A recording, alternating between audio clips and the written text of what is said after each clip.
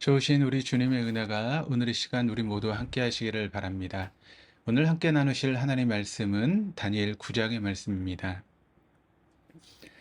어린 나이에 포로로 잡혀와서 바벨론의 언어를 배우고 또 바벨론의 교육을 받고 자란 다니엘에게 이스라엘 백성이 당하고 있는 상황은 좀 쉽게 이해가 되지 않았을 것입니다. 바벨론 포로로 잡혀와서 그의 이름도 벨드사살로 바뀌었습니다. 꿈과 환상을 해석하는 은사로 인해 지혜자들의 감독관이라고 하는 직책을 받게 되면서 안정된 삶을 살아가게 되었지만 기원전 605년 바벨론의 침략으로 나라가 망하고 학식과 명망 있는 모든 유대인들은 모두 바벨론의 포로로 먼 타국에서 생활해야 하는 시대적인 상황에 대해서 다니엘은 마음속으로 끊임없이 질문하였을 것입니다. 왜 이스라엘이 이렇게 멸망을 당하고 고난을 당해야 하는가? 왜 유대인인 나는 태어난 고향 땅을 떠나 여기 바벨론의 수도였던 수단에서 이렇게 살아가야만 하는가? 언제까지 이스라엘은 이렇게 포로로 살아가야만 하는가?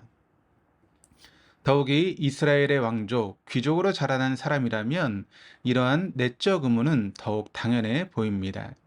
신실한 믿음의 사람으로 살아가면서도 여전히 이러한 마음의 질문을 가지고 살아가던 다니엘에게 놀라운 깨달음이 있었습니다. 오늘 본문 2절이 이렇게 증가합니다.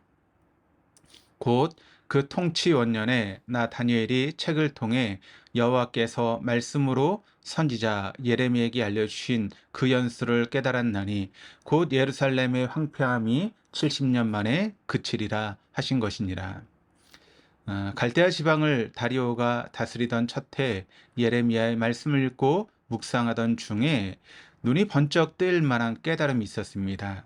그가 구약의 예레미야의 말씀을 묵상하다가 깨달은 말씀은 예레미야에게 주어졌던 예언의 말씀은 예레미야 25장 11절에서 13절 그리고 예레미야 29장 10절을 가르칩니다. 예레미야 29장 10절이 이렇게 증가합니다. 여호와께서 이와 같이 말씀하시니라. 바벨론에서 70년이 차면 내가 너희를 돌보고 나의 선한 말을 너희에게 성취하여 너희를 이곳으로 돌아오게 하리라. 대략 그가 이 말씀을 묵상했을 때 그의 나이는 고령이었을 것입니다.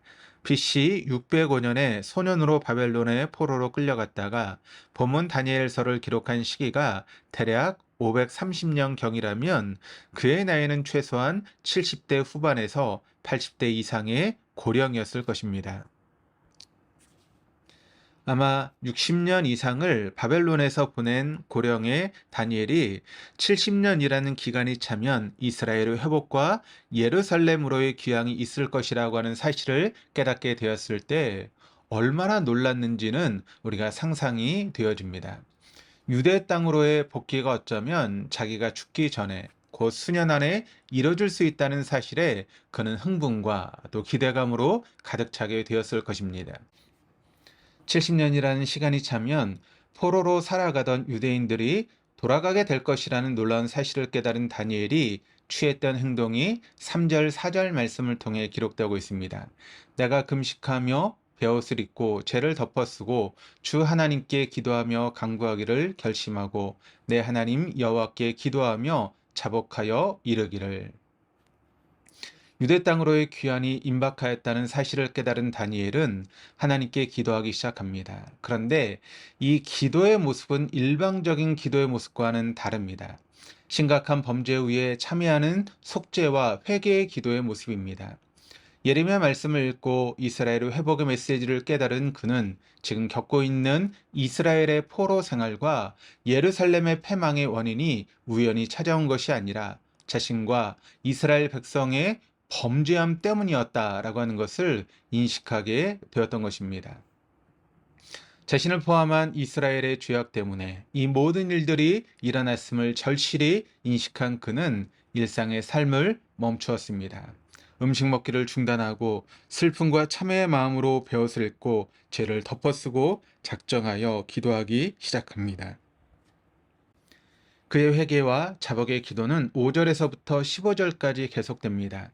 그 핵심적인 회개의 내용이 5절, 6절, 그리고 11절에 나오는데 제가 읽어드리면 우리는 이미 범죄하여 패역하며 행악하며 반역하여 주의 법도와 규례를 떠나 싸우며 우리가 또 주의 종 선지자들이 주의 이름으로 우리의 왕들과 우리의 고관과 조상들과 온 국민에게 말씀한 것을 듣지 아니하였나이다. 11절 온 이스라엘이 주의 율법을 번하고 치우쳐 가서 주의 목소리를 듣지 아니하였으므로 이 저주가 우리에게 내렸을 때 곧 하나님의 종 모세의 율법에 기록된 맹세대로 되었사오니 이는 우리가 주께 범죄하였음이니이다. 다니엘의 기도는 이스라엘이 하나님 명령을 따르지 않고 범죄함으로 이러한 이스라엘의 황폐함이 그들 가운데 임하게 되었다라고 하는 고백입니다. 선지자들을 통해서 무수히 여러 차례 말씀하셨는데도 불구하고 이스라엘 백성이 들으려 하지 않고 불순종함으로 이런 포로됨과 황폐함의 결과가 초래되었다는 정확한 현 상황의 인식입니다. 거의 같은 시대에 활동한 선지자 에스겔에게 하나님은 환상을 통해 예루살렘에서 어떤 일이 벌어지고 있는지를 보여주셨는데 예루살렘 성전 안에서 하나님을 향해 등을 돌린 채 오히려 태양신을 숭배하는 극악무도한 우상 숭배가 이뤄졌습니다.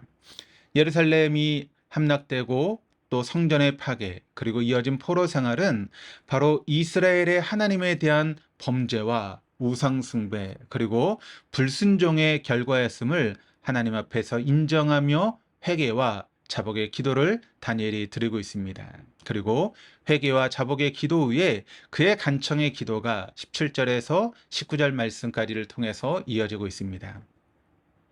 그의 간청의 내용은 주의 얼굴빛을 주의 황폐한 성소에 비춰달라는 것입니다. 이것은 파괴된 예루살렘 성전의 회복을 간청하고 있는 것입니다. 예루살렘 성전의 파괴는 온 이스라엘 전체의 몰락을 의미하였기에 성소의 회복은 곧 이스라엘의 회복을 의미하는 것입니다. 70년 만에 예루살렘의 황폐함이 그치리라 라고 하는 예언의 말씀을 만났고 그 말씀을 붙잡은 다니엘은 이제 그 예언을 성취하여 달라고 성소를 회복하여 달라고 간구하고 있습니다. 이스라엘 황폐함의 원인은 다니엘과 이스라엘 백성의 죄악 때문임을 자복하며 예레미야에게 약속하신 예언대로 성소를 회복해 해달라 간구하고 있습니다. 다니엘처럼 우리도 우리의 죄악을 자복하며 주님께 간구하십시다. 주님 우리도 회복시켜 주옵소서. 바벨론의 포로로 살아가는 이스라엘 백성들처럼 돈과 욕망의 노예로 쾌락의 포로로 세상적인 가치관의 굴레에 눌려 살아가는 우리들을 회복시켜 주십시오. 주님, 이 황폐한 우리 인생에 주의 성소를 회복시켜 주옵소서. 한국교회 황폐해진 주의 성소에 주의 얼굴빛을 비춰 주옵소서. 이 사회에 주의 성소가 회복되게 하여 주옵소서. 황폐한 상황과 성읍을 회복시켜 주옵소서. 지체하지 마시고 우리 기도에 귀를 기울여 주옵소서. 20절입니다. 내가 이같이 말하여 기도하며 내 죄와 내 백성 이스라엘의 죄를 자복하고 또 하나님의 거룩한 산을 위하여 내 하나님 여호와 앞에 간구할 때 다니엘의 기도를 들으시고 응답하시는 하나님은 다니엘의 요청대로 이스라엘 성전 회복을 약속하십니다. 그러나 이스라엘 성전뿐만 아니라 타락한 인생으로 살아가던 인간 몸의 회복, 즉 성령의 전의 회복과 교회의 회복을 위해서 머리 대신 예수 그리스도 메시아의 강림을 약속해 주십니다. 아니 사실 그것은 다니엘의 기도에 하나님이 응답해 주신 것이 아니라 하나님이 이스라엘과 우리를 향한 구원과 회복의 계획을 위해 다니엘의 기도와 그의 삶을 도구로 사용하신 것입니다. 하나님은 당신의 역사와 회복의 계획을 이뤄가시는 데 있어서 그 마음을 헤아리고 하나님의 계획을 붙잡고 기도하고 있는 사람들을 찾고 또 그들을 기다리고 계십니다. 우리 모두가 그와 같은 삶을 살아갈 수 있기를 주님의 이름으로 축복드립니다. 기도하시겠습니다. 다니엘의 기도에 응답하시고 하나님의 구원과 이스라엘의 회복의 도구로 그를 사용하셨던 주님. 이 시대에 주님이 찾으시는 주님의 도구로 오늘 하루를 살게 하여 주옵소서. 일상에서 우리 마음에 갖는 기도의 제목이 주님의 마음과 주님의 계획을 품게 하여 주옵소서. 교회와 사회의 황폐함 속에서 주님께 자복하는 기도의 사람 되게 하옵소서. 나의 말 한마디가 절망의 늪에 빠진 한 사람을 찾으시는 주님의 언어가 되게 하여 주옵소서. 나의 삶의 소소한 일상이 낮은 곳까지 찾아오시는 주님을 만나는 은혜의 성소 되게 하옵소서. 주님을 향한 나의 일관된 마음과 시선이 방황하는 누군가에게 삶의 지표가 되게 하여 주옵소서. 감사드리며 예수 그리스도 이름으로 기도드립니다. 아멘.